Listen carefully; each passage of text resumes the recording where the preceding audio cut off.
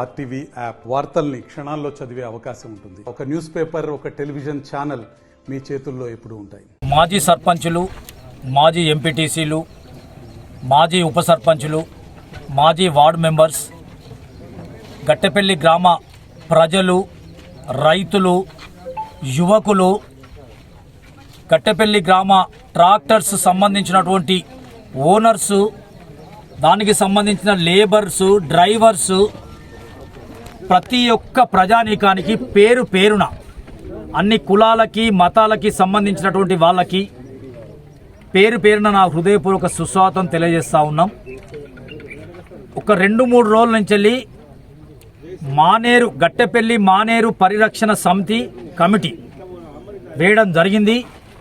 ఆ కమిటీ ప్రకారంగానే ఒక 2 రోజుల నుంచి గట్టెపల్లి మానేరు నుంచి మానేరులో ఇసుక తీయడం కానీ, గట్టెపల్లి నుంచి ట్రాన్స్పోర్ట్ చేయడం కానీ వద్దు అనే అటువంటి కాన్సెప్ట్తో మా ప్రజానీకం అంతా అదే కాన్సెప్ట్తో పనిచేస్తూ ఉన్నారు.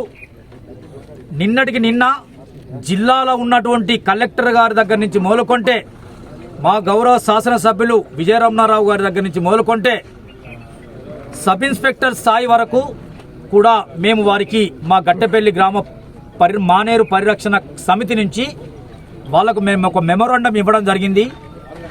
ఆ మెమోరాండం ఆధారంగానే నిన్నటి సాయంత్రం వరకు కూడా అధికారులందరినీ కూడా కలిసి వాళ్ళకి మెమోరాండం ఇచ్చినాం. గట్టెపల్లి నుంచి రేపు రాబోయే రోజుల్లో ఎండ తీవ్రతలు ఎక్కువ ఉండడం వల్ల వాళ్ళు మా మానేరులో ఇసుక తీస్తూ ఉన్నారు, తవ్వకాలు జరుపుతూ ఉన్నారు.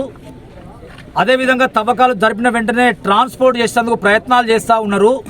కనుక వాటిని వెంటనే ఆపివేయాలని, రైతాంగం కూడా ఈ యొక్క మానేరు మీదనే ఆధారపడి ఉందని, తాగునీటి సమస్య సుల్తానాబాద్కు అదేవిధంగా చుట్టుపక్కల ఉన్నటువంటి గ్రామాలకు చాలా ఇబ్బంది కలుగుతుందని కూడా మేము అధికారులకు మొరబెట్టుకోవడం జరిగింది.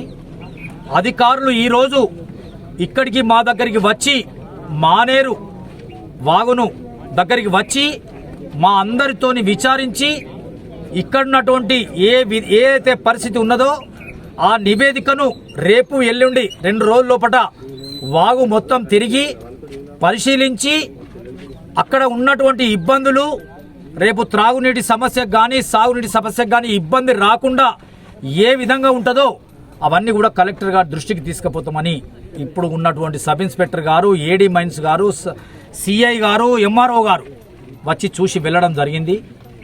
మా ఉద్దేశం ఒకటే, మా గట్టెపల్లి గ్రామ ప్రజల ఉద్దేశం ఒకటే, ఇసుక రీచ్లను ఎటువంటి పరిస్థితుల్లో కూడా ఫ్యూచర్లో కూడా అనుమతించద్దు అనేది మా ఉద్దేశం. కనుక దయచేసి మీ పత్రికా మిత్రుల ద్వారా ప్రజానీకానికి మేము తెలియజేసేది ఏంటంటే, రేపు రాబోయే రోజుల్లో ఎటువంటి పరిస్థితుల్లో ఇసుక రీచ్లు బంద్ కావాలి అనేదే మా కాంగ్రెస్ పార్టీ లక్ష్యం. ఇక్కడున్నటువంటి పార్టీలకు అతీతంగా ఉన్నటువంటి నాయకులం ఉన్నాం, వాళ్ళందరి లక్ష్యం కూడా అదే విధంగా ఉన్నది. కనుక మీ అందరికీ ఈ పత్రిక ద్వారా ప్రజలకు తెలియజేసేందుగా మీ అందరినీ వేడుకుంటూ ముగిస్తున్నాను. జై హింద్, జై కాంగ్రెస్. మరిన్ని వీడియోస్ కోసం ఛానల్ ని సబ్స్క్రైబ్ చేయండి. లేటెస్ట్ అప్డేట్స్ కోసం వాట్సాప్ ఛానల్ ని ఫాలో చేయండి. అండ్ లింక్ డిస్క్రిప్షన్ లో ఉంది.